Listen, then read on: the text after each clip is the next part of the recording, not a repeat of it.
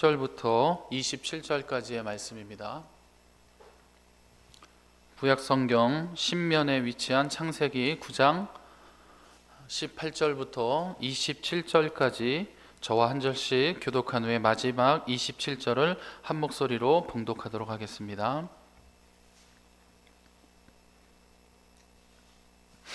방주에서 나온 노아의 아들들은 셈과 함과 야벳이며 함은 가나안의 아버지라.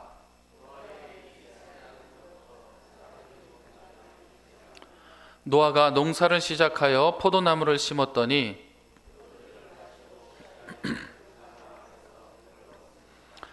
가나안의 아버지 함이 그의 아버지 하체를 보고 밖으로 나가서 그의 두 형제에게 알림해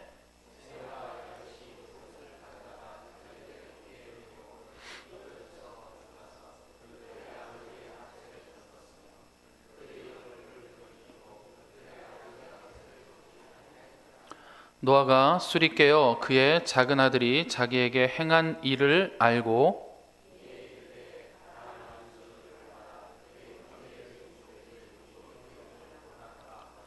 또 이르되 셈의 하나님 여호와를 찬송하리로다. 가나안은 셈의 종이 되고 하나님이 야벳을 창대하게 하사 셈의 장막에 거하게 하시고 가나안은 그의 종이 되게 하시기를 원하노라 하였더라. 아멘. 할렐루야. 오늘도 사모하는 심령을 품고 예배 자리에 오신 여러분들을 환영합니다. 우리 옆에 분들과 오늘은 이렇게 인사합니다. 주님의 사랑으로 제가 당신을 덮겠습니다. 이렇게 인사해 볼까요? 시작. 주님의 사랑으로 제가 당신을 덮겠습니다. 할렐루야. 약속하셨으니 지키셔야 합니다. 아멘입니다. 너무나 우리가 익숙한 본문의 말씀을 좀 제가 준비해 봤습니다. 그런데 오늘 본문에서 우리에게 사실 한 가지 질문을 던지는 것이 있습니다. 당대의 의인이라고 소개됐던 노아, 그래서 노아를 통해서 다시 인류가 시작된 복의 통로인 노아가 지금 술에 취했다라는 사실입니다. 이 오늘의 본문이죠. 이 장면을 대할 때에 가장 먼저 드는 생각이 무엇인가 하는 겁니다. 이것이 질문입니다. 무선 마이크가 저희가 있으니 이렇게 좀 마이크를 돌리면서 들어보고도 싶지만 제가 차마 배터리를 준비를 안 해서 어릴 때는요, 이 본문을 사실 많이 우리가 마주했었습니다. 사실 어릴 때는 이런 생각을 제가 했었습니다. 그런 말이 있죠. 왜 다 된 밥에 코를 빠뜨리냐, 이런 속담도 있습니다. 아니, 당대 의인이었던 노아, 당대 의인이었다면서 왜 이런 어처구니 없는 실수가 성경에 기록되어 있을까? 술은 뭐 한다고 마셨을까? 당최 이 본문을 사실은 어렸을 때는 쉽게 이해하지 못했던 것이 사실입니다. 지금도 어리지만 조금 이제 성장을 하고 조금 더 경험을 하고 다시 이 본문을 마주하니까 저는 이런 생각이 듭니다. 노아도 연약한 사람이고 노아도 약점이 있는 사람이구나. 그래서 어렸을 때는 사실 내 약점을 살펴보기보다는 남의 약점들이 눈에 먼저 보이는 게 우선이었죠. 그래서 이 본문을 대할 때도 노아의 약점만을 바라봤습니다. 그런데 조금 시간이 지나고 나니까 아하, 그게 아니더라라는 거죠. 나 또한 나 역시 이보다 더 큰 연약함들, 더 큰 허물을 내가 갖고 살아가고 있더라 하는 생각입니다. 여러분들의 생각을 다시 한번 묻는 겁니다. 당대의 의인인 노아가 술에 취해서 수치를 드러냅니다. 그리고 더 기가 막힌 것은요, 사실은 좀 잘못은 노아가 했지 않습니까? 그런데 저주를 받는 것은 지금 노아가 아니라 그의 아들 함이라는 사실입니다. 사실 함은 거짓말을 한 것이 없습니다. 그냥 아버지가 지금 수치를 보였다 하고 크게 외친 것뿐입니다. 자신이 본 것을 그대로 말한 것뿐인데 오늘의 이 장면의 본문을 읽을 때에 저와 또 여러분들이 가장 먼저 머릿속에 떠오르는 생각이 과연 무엇인가 하는 겁니다. 우리가 좀 간혹 착각하고 이렇게 좀 혼돈하는 것들이 있죠. 그것이 뭐냐면 나의 약함을 좀 잊어버리고 상대방의 어떤 약함들 또 상대방의 단점들을 잘 받아들이지 못할 때가 종종 있다라는 거죠. 그러면서 우리가 어떤 본능인 것 같습니다. 상대방의 그런 단점들, 약한 점을 우리가 바꾸려고 합니다. 고쳐주려고 하죠. 물론 그 동기는 선한 것일 줄을 믿습니다. 그런데 보니까요, 우리가 참 다르더라라는 거예요. 한 사람도 똑같은 사람이 없더라라는 거죠. 시야를 조금만 더 넓히고 한 걸음 위에서 우리의 삶을 내다보면 어찌 그렇게 각 사람들이 다른지 한 사람도 똑같은 사람이 없더라 하는 겁니다. 그러다 보니까 상대방의 허물을 바꾸려고 우리가 부단하게 애를 쓰는 모습들이 우리 가운데 존재하는 것이 사실입니다. 그런데 그 결과가 어땠나요? 사실 돌아보면요, 그 결과는 내 의도와 우리의 의도와는 좀 다르게 어떤 반복적인 실패와 나는 그를 바꿔주려 선한 마음으로 시작을 했는데 사실은 지치는 건 나 자신이 되고요, 또 때로는 우리에게 상심 또 상실감까지 오게 되는 그런 실패들을 우리가 자주 겪었습니다. 왜 이런 일들이 반복이 될까? 문제는요, 바로 나와 다른 그 사람, 저 사람을 나와 같은 사람으로 바꾸려는 우리의 의지에 바로 문제가 있는 것이죠. 내가 아닌 저 사람의 행동이 이해가 안 되는 거예요. 속으로 그렇게 생각하죠. 아니, 어떻게 저럴 수가 있지? 아니, 어쩜 저래? 이런 생각을 합니다.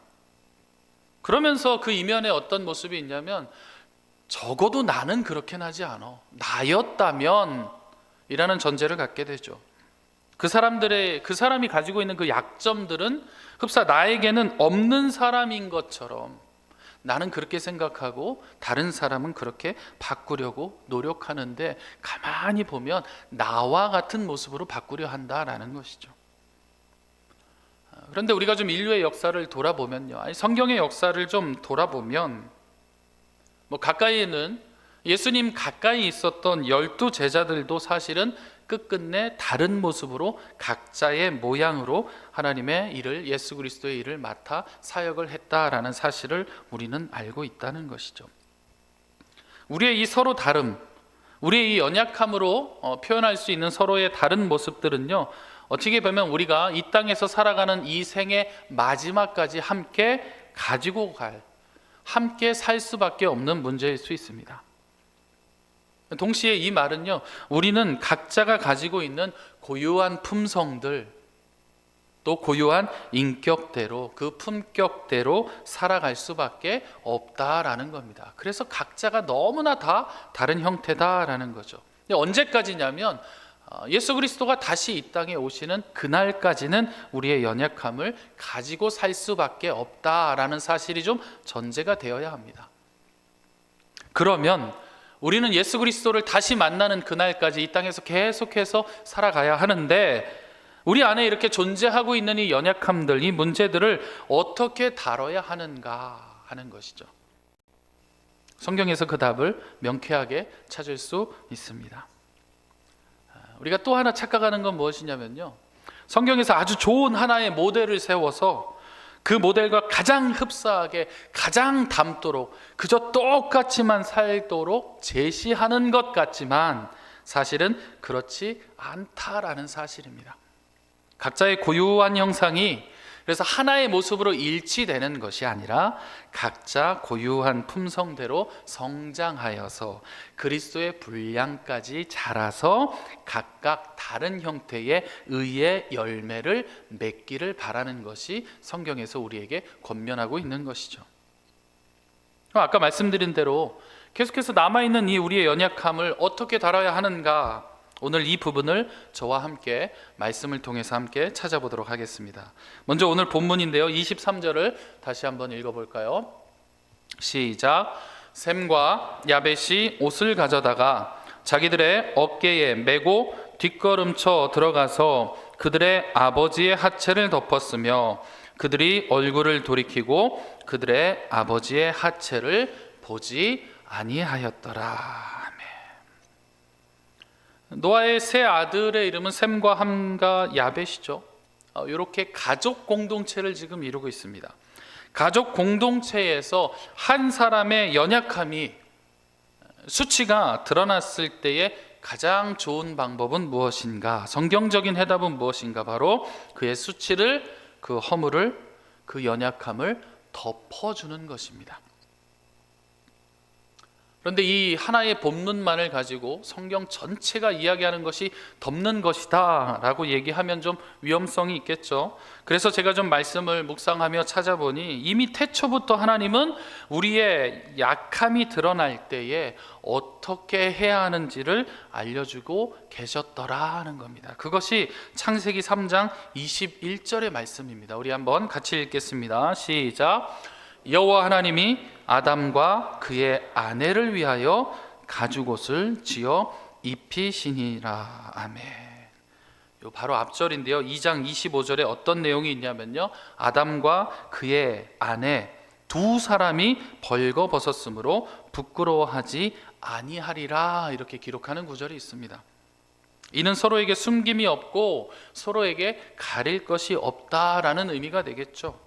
그리고 또 동시에 모든 보호를요 하나님으로부터 받고 있다라는 것을 증명하는 구절도 됩니다. 서로 벌거벗고 있었다라는 것은요. 왜냐하면 맨발로 산을 올라가도, 또 우리가 밤에는 좀 잘 때 춥지 않습니까? 무엇을 덮지 않아도, 또 낮에 뜨거운 해 아래에 있어도 하나님의 보호하심이 그들과 함께 있기 때문에 사람보다 더 아래에 위치한 피조물들이 하나님의 형상과 닮은 사람에게 해를 입힐 수 없다라는 것도 이 구절이 증명하고 있는 것이죠. 또 동시에 어떤 건가요? 하나님과 사람 사이에, 그리고 사람과 사람 사이에 가리워질 것이 하나도 없었다. 숨길 것이 하나도 없이 모든 것이 다 공유되고 있었다 하는 말씀입니다. 이것이 2장 25절에 기록한 두 사람이 벌거벗었으나 부끄러워하지 아니하였다라는 기록의 의미가 되는 거죠. 그런 아담과 하와가 죄를 범합니다. 이젠 그런 관계가 필요 없다. 하나님과의 우리의 관계가 필요 없다. 나와 또 내 아내와 또 나와 내 남편과 그런 관계가 필요 없다. 이런 의미로 범죄를 하죠. 만약에 방법만 있다면 나도 하나님이 되겠다라는 겁니다. 그 행위가 바로 선악을 알게 하는 나무를, 그 열매를 먹게 되는 것이죠. 이 이야기를 우리가 수도 없이 들었기 때문에 너무나 당연한데요, 생전 처음 들었다라고 생각을 하는 겁니다. 하나님께서 우리를 그 형상대로 지으시고 세상의 그 어떠한 피조물도 우리를 해할 수 없어서 우리가 우리 스스로를 보호해야 하는 옷도 입지 않아야 하는 그때에 그 사람이 가진 생각이 무엇이냐면 다 필요 없고 내가 창조주인 하나님이 될 것이야 라고 생각하는 겁니다. 이때 우리는 어떤 생각, 어떠한 의견을 좀 낼 수 있을까요? 창조주가 피조물을 만들고 서로 어떤 가림이 없이 지내고 있었는데, 그래서 그 풍성함이요 더 풍성할 수 없을 만큼 가득 차 있는데 피조물이 내가 창조주가 다시 되겠다라고 선언을 하면, 사실 제가 좀 고민했을 때에 만약에 내가 그 입장에 서 있었다면, 내가 창조주의 입장이라면 어떤 결정을 내렸을까? 여러 가지의 결정이 있었을 수 있는데요, 제가 좀 한 가지 답을 찾은 건 재창조였습니다. 말씀으로 창조하신 하나님이 모든 것을 다시 제로를 만들고 다시 재창조하는 것은 어려운 일이 아니기 때문에 재창조하는 겁니다. 근데 사실 이게 좋은 방법일 수 있죠. 뭔가 문제가 좀 복잡하게 꼬이고 또 해결하기가 어렵고 이러면 그냥 싹 밀고 처음부터 다시 시작하는 게 때로는 좋은 방법일 수가 있습니다. 여러분은 좀 어떤 생각이 드시나요? 피조물이 내가 창조주가 되겠다 하고 주장하는 이 장면에서, 그런데 하나님의 방법은 무엇인가요? 그 허물을, 그의 죄를 덮으면서 그를 보호하는 것이 하나님의 방법이었다라는 것이죠. 사람에게 유입된 죄로 인해서 이제는요, 사람 아래에 있는 피조물로부터 사람이 공격받을 수 있는, 그래서 그들에게 가죽 옷을 입히는, 그리고 이때부터 우리 인간에게는 수치라는 것이 생기고 연약이라는 것이 생기고 틈이라는 것이 생겨서 계속되는 죄의 유입이 발생하니, 사실 하나님의 입장에서 범죄한 사람의 생명을 취해도 우리는 할 말이 없는데, 그 순간에 다른 동물의 생명을 대신 취해서 우리에게 그 가죽옷을 덮이시는 것을 하나님이 선택하신 방법이다라는 겁니다. 이것이 얼마나 큰 방법이냐면요, 이러한 하나님의 결정 때문에 이후에도 계속해서 죄 가운데 있는 우리 인간이, 우리 사람이 계속해서 하나님을 만날 수 있는 하나의 통로가 세워집니다. 그게 바로 제사죠. 하나님 앞에 나아가 하나님을 만날 수 있고 예배할 수 있는 유일한 방법이 됩니다. 바로 대속제물의 개념이 시작이 되는 것이죠. 이 덮으시는 방법이 오늘 우리에게도 예배할 수 있는 방법이 된 것입니다. 그래서 이 모든 것을 우리가 뭐라고 표현하냐면 이것이 은혜입니다 라고 표현합니다. 그러고 보면 죄가 유입된 그 순간부터 우리에게 말씀하고 계시는, 지금 오늘 다루고 있는 이 문제, 연약함의 문제, 노아의 때를 이야기하고 있죠. 모든 죄악을 다 물로써 심판했지만 유일하게 살리신 노아의 가족에게도 사실은요, 아담의 원죄가 이어져 가고 있기 때문에, 그래서 아담과 하와 때에 덮으시는 은혜를 보여주시고 이후에도 계속해서 존속하게 남아있을 이 연약한 문제 때문에 태초에 덮어주셨던 그 사건을 지금 오늘 본문을 통해서 다시 한번 재반복함으로 우리에게 말씀하고 계시는 것이죠. 한 번만 다시 생각해 보면요, 노아의 때에 당대의 의인인 노아와 그 가족들을 살리시고 죄악이 이 세상에 너무 가득해서 물로써 심판을 하십니다. 그런데 한 가지의 죄를 허용하신 거예요. 세상에 죄악이 가득하여 내가 물로써 심판하겠다라고 하나님께서 선언하실 때에, 만약에 아담과 하와로부터 시작된 그 원죄까지도 내가 물로써 심판하겠다 하면 우리가 존재할 수 없는 것이죠. 노아와 그 가족들을 살리셨다라는 의미는요, 동시에 원죄 또한 그대로 남겨두셨다라는 의미가 됩니다. 왜냐면요, 그 원죄마저도 하나님이 심판하시면 우리도 그 원죄와 함께 더 이상 이 땅에 살아갈 수 없기 때문에 우리를 덮으시기 위해, 우리의 생명을 보존하시기 위해 그 원죄를 허용하시는 것이죠. 그래서 이 부분에 대한 답으로 말씀에서 안내하는 것은 덮은 것, 그 방법으로 우리를 안내하십니다. 구약시대의 태초에 또 노아 때만 이런 일이 있느냐, 아까 말씀드린 대로 이 문제는 계속해서 끊임없이 우리와 공존하게 됩니다. 예수님 시대에도, 그래서 예수님이 이 부분에 대해서 강조하면서 교육하고 계시는 거죠. 우리 마태복음 18장의 내용인데요, 우리 같이 한번 읽어볼까요? 시작. 그 종이 주인이 불쌍히 여겨 놓아 보내며 그 빚을 탕감하여 주었더니 그 종이 나가서 빚진 동료 한 사람을 만나 붙들어 목을 잡고 이르되 빚을 갚으라 하매.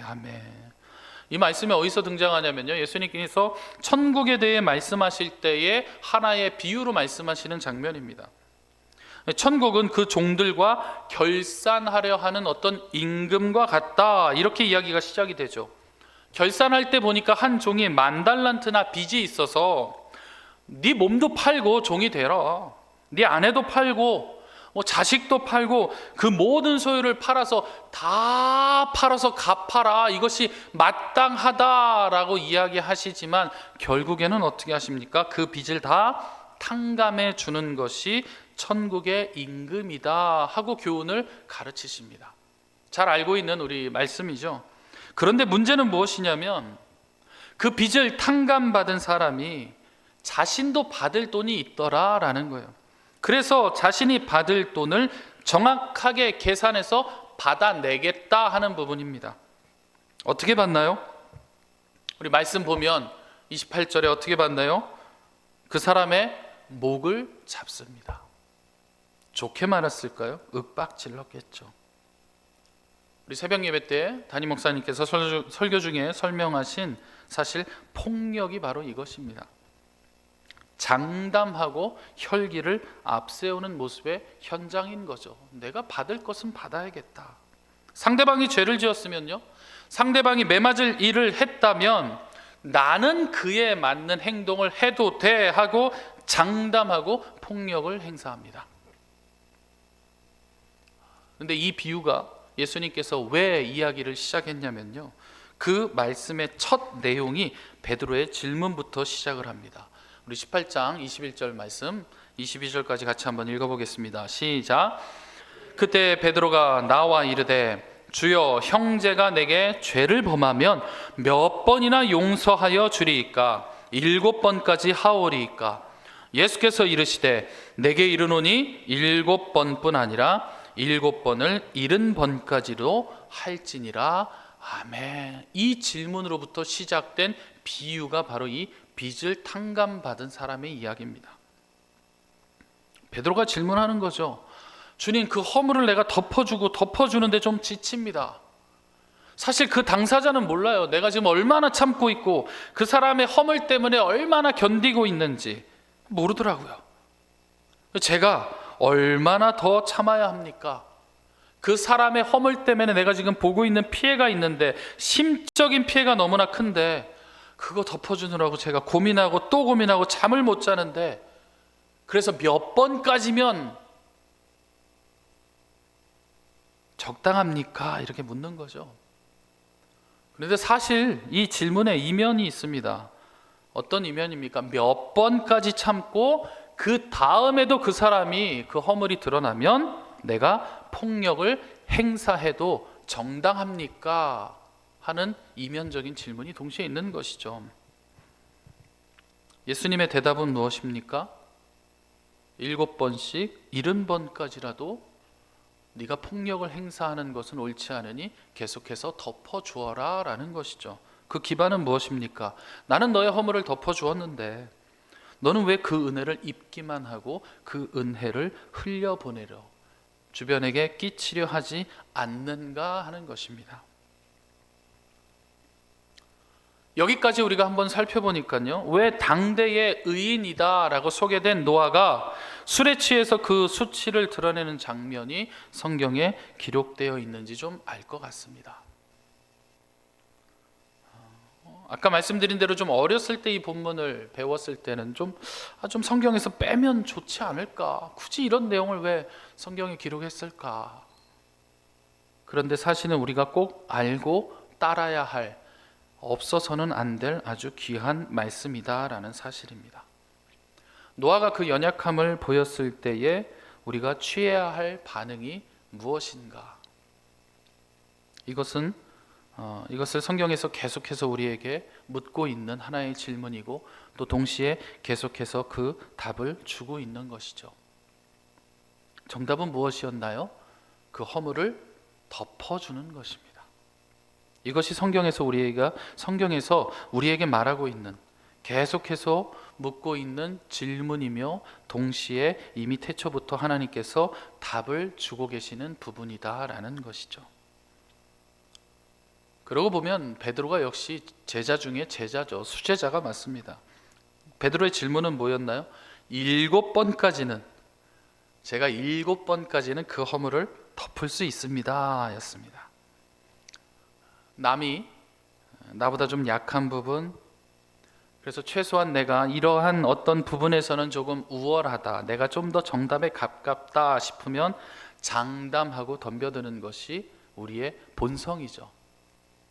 틈만 생기면 내가 가르치려 하는 것이 우리의 본성입니다.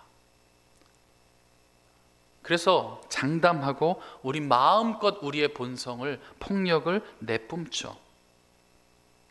그 폭력 앞에 우리가 고난의 주간을 함께 보내고 있는데요, 골고다의 길을 걸으시는 예수님을 향해 군중들이 마음껏 표출했던 그 폭력, 마구 달려들었던 그 폭력의 모습이 역시 우리도 있다라는 겁니다. 그리고 우리도 아프게 때립니다. 내가 그를 고쳐주려 하고요, 내가 그를 때리는 것이 그에게 가장 적절한 솔루션이라고 착각을 하고요, 또 그 착각조차 내가 판단을 합니다. 그런데 그 결과가 어떻다고요? 오히려 내가 상처받고, 오히려 내가 지치고, 또 오히려 내가 더 힘들고, 내가 좌절하게 되고, 내가 우울감이 오기 시작하더라라는 겁니다. 이 실수의 반복을 우리가 계속 하고 있더라라는 것이죠. 하나님께서 너무너무 사랑하고 계시는 우리 개성교회 성도 여러분, 내가는 답이 될 수 없습니다. 오히려 그 문제가 더 커지기 마련입니다. 내가 무엇인가 하려 할 때에 그 문제는 해결되지 않더라고요. 오히려 더 문제가 복잡해집니다. 정답이 무엇인가요? 말씀대로, 성경에서 이야기하는 대로, 하라고 하는 대로 우리가 따르는 것입니다. 허물을 덮어주는 것이죠.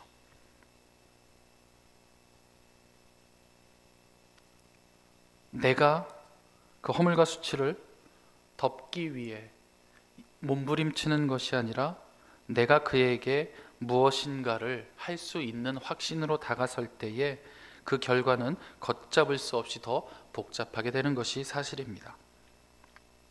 이쯤 되면 또 한 가지 질문이 생깁니다.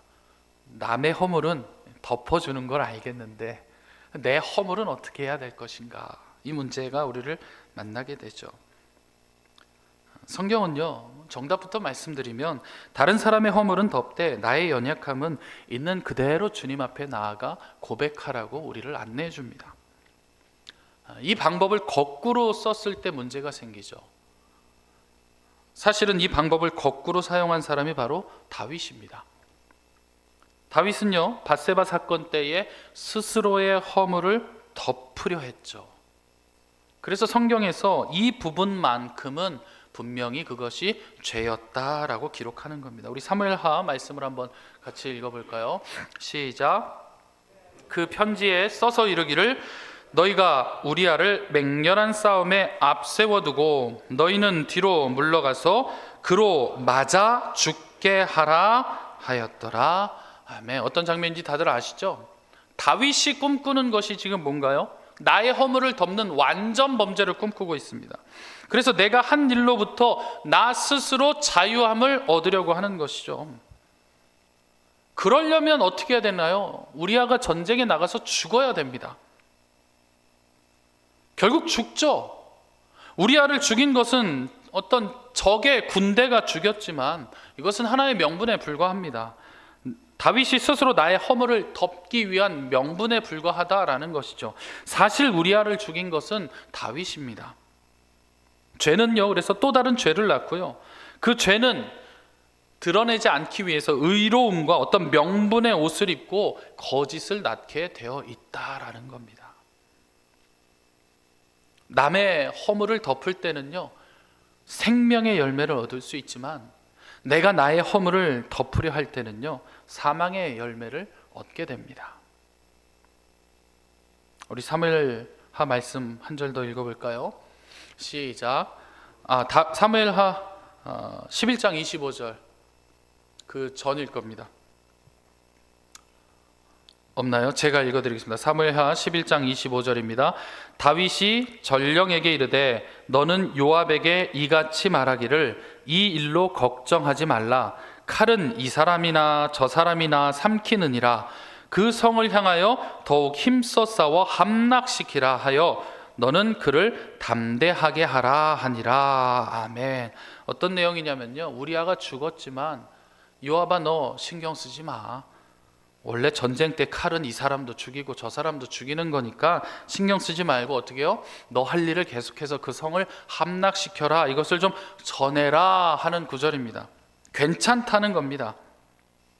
우리아가 죽었지만 원래 전쟁에선 누구나 죽을 수 있으니까 어려운 마음을 추스리고 더욱 힘써 싸워서 그 성을 함락시키는 것에만 집중해라 하는 겁니다. 얼핏 들으면 상대방을 향한 위로의 말씀인 듯하나 사실은 다윗 스스로 자위하며 자축하는 구절입니다. 내 계획대로 되었음을 숨기고요, 속으로는 기뻐하면서 겉으로는 듣기 좋은 말과 어떤 좋은 명분으로 자신의 허물을 스스로 덮는 것이죠. 우리 사무엘하 11장 27절 말씀 같이 읽어볼까요? 시작. 그 장례를 마침에 다윗이 사람을 보내 그를 왕궁으로 데려오니 그가 그의 아내가 되어 그에게 아들을 낳으니라. 다윗이 행한 그 일이 여호와 보시기에 악하였더라. 아멘. 어떤 것이요? 자기 스스로의 허물을 덮기 위한 그 모습이 여호와 보시기에 악하였더라. 이렇게 기록합니다. 한 구절 더 볼까요? 열왕기상 15장 5절 말씀도 있습니다. 읽어볼까요? 이는 다윗이 햇사람 우리아의 일 외에는 평생에 여호와 보시기에 정직하게 행하고 자기에게 명령하신 모든 일을 어기지 아니하였음이라. 아멘. 그러니까 우리아의 일 외에는 정직하게 행했다 하는 것은요, 우리아의 사건은 분명하게 악했다라는 뜻도 되는 것이죠. 또 동시에 이 말씀, 이 9절, 5절의 말씀은 무엇인가요? 다윗이 우리아의 일을 범했음에도 불구하고 그 허물을 덮어주셨다라는 뜻도 되는 것이죠. 성경에서 이제 말하는 방법은 무엇인가요? 다른 사람의 허물은 덮어주되 스스로의 허물은 스스로가 덮어서는 안 된다. 아까 말씀드린 대로 다른 사람의 허물을 덮는 것은 생명을 살리는 일이지만 스스로의 허물을 덮으려고 하다 보면 다른 사람의 생명까지도 죽이는 결과를 맞이할 수 있다라는 것이죠. 마찬가지입니다. 우리 역시 노아의 때에 원죄까지도 다 씻기 위한 심판의 대상이었다면 오늘 우리가 만날 수 없었을 것입니다. 우리가 고난중간의 중반부를 같이 보내고 있습니다. 오늘의 우리의 예배에, 그리고 우리의 이 한 주간에 우리가 묵상해야 될 것이 또 무엇이 있을까요? 예수님은 무엇 때문에 스스로 고난의 길을 걸어가셨는가? 우리 때문이죠. 예수님은 무엇 때문에 자신을 향해 폭력을 행하고 있는 군중들 앞에서 아무런 말씀도 하지 않고 묵묵히 그 길을 걸어가셨는가? 우리 때문입니다. 예수님은 왜, 누구 때문에 허물 없이 오신 그 몸에 오히려 상처를 입히시고 생명을 포기하셨는가? 나 때문입니다. 마지막으로 예수님은 누구의 허물을 덮고 누구의 생명을 살리시기 위해 이 기나긴 터널을 통과하고 계시는가? 나의 허물이며 나의 생명 때문입니다. 하나님은 지금 이것을 보여주시기 위해 태초부터 시작된 허물을 덮어주시는 그 사랑을 이루시기 위해서 예수 그리스도를 우리 곁에 보내주셨죠. 그리고 예수님은 보내신 그 목적 그대로 그 길을 걸어가셨습니다. 아담과 하와가 에덴 동산에서 쫓겨날 때는 원망스러웠을 겁니다. 그런데 나중에서야 비로소 하나님께서 나의 허물을 덮어주시고 내 생명을 감싸셨구나, 아마 깨달은 날이 분명히 있었을 겁니다. 언제일까요? 하나님이 쥐어주신 그 가죽옷이 다 헐고 닳아서 새로운 가죽옷을 만들어 입어야 할 때, 나를 위해서 내 생명 대신 나도 가죽옷을 만들어 입으려 하다 보니 누군가의 생명을 죽여야 하거든요. 그것을 경험할 때에 정확하게 아담과 하와도 깨달아 알고 고백하지 않았을까요? 우리도 스스로에게 한번 질문해 보는 겁니다. 지금의 나의 믿음의 고백도 사실 진짜 참 고백인데 또 이 사랑에 대한 참된 고백이 언제 다시 한번 내가 하나님 앞에 올려드릴 수 있을까? 한편으로는 좀 부끄러운 얘기일 수도 있지만 전 드라마를 참 좋아합니다. 잘 봅니다. 근데 하나 놓친 게 있어서 유행한 아주 명작이라 그래서 제가 최근에 오랜 시간을 짧게 이렇게 끊어가지고 정주행한 드라마가 있습니다. 다들 보셨을 거라 생각하는데 미스터 션샤인이라는 드라마입니다. 발음도 잘 안 되네요. 다 보셨습니까? 아주 저도 감명 깊게 봤습니다. 드라마 안에서의 한 장면이 나오는데요, 일본군에게 그 대좌의 역할을 맡은 일본군에게 우리나라 의병 3명이 붙잡힙니다. 그래서 그 일본군 대좌가 첫 번째 의병에게 그 머리에 총을 겨누면서 이야기하죠. 묻습니다. 다른 의병은 어디에 있냐? 이렇게 묻습니다. 끝내 대답하지 않은 첫 번째 의병이요, 총에 맞아 죽게 됩니다. 그리고 두 번째 의병에게요, 그 첫 번째 의병을 죽인 그 총을 그대로 머리에 대고 묻습니다. 두 번째 의병과 세 번째 의병은 공포가 더 심해졌겠죠. 두 번째 의병에게 묻는 거예요. 다른 의병이 어딨냐? 말하지 않으면 내가 죽이겠다. 너희들 본부가 어디냐? 지금 모여있는 곳이 어디냐? 빨리 말해라. 그러지 않으면 내가 너를 죽이겠다. 결과는요, 두 번째 의병도 머리에 총을 맞고 죽게 됩니다. 그리고 이제 세 번째 의병이 남아 있습니다. 그리고 그 세 번째 의병이 바로 저와 여러분인 것이죠. 우리는 뭐라고 대답할까요? 먼저는 깨닫지 못했지만, 우리의 믿음의 고백이 약했지만, 이때 비로소 우리의 믿음도 진짜인지를 확인하게 되는 순간이 오는 것이죠. 내가 지금 예수님의 길을 온전하게 걷고 있었는지, 예수님이 우리를 덮기 위하여, 우리의 허물을 덮고 우리를 살리기 위하여 걸은 그 길을 내가 온전히 걸어왔는지 확인하는 순간이 됩니다. 이것이 베드로에게 하신 예수님의 질문인 것이죠. 내가 나를 정말 사랑하느냐? 한 번 더 묻죠. 네가 나를 정말 사랑하느냐? 마지막 한 번 더 확인하십니다. 네가 정말 다른 사람들보다 나를 정말 사랑하느냐? 그렇다면 이제 내가 해왔던 일들 네가 대신해서 맡아서 해줘야 한다라는 겁니다. 그 일은 무엇입니까? 내 생명을 다하기까지 다른 사람의 허물을 덮어주는 것입니다.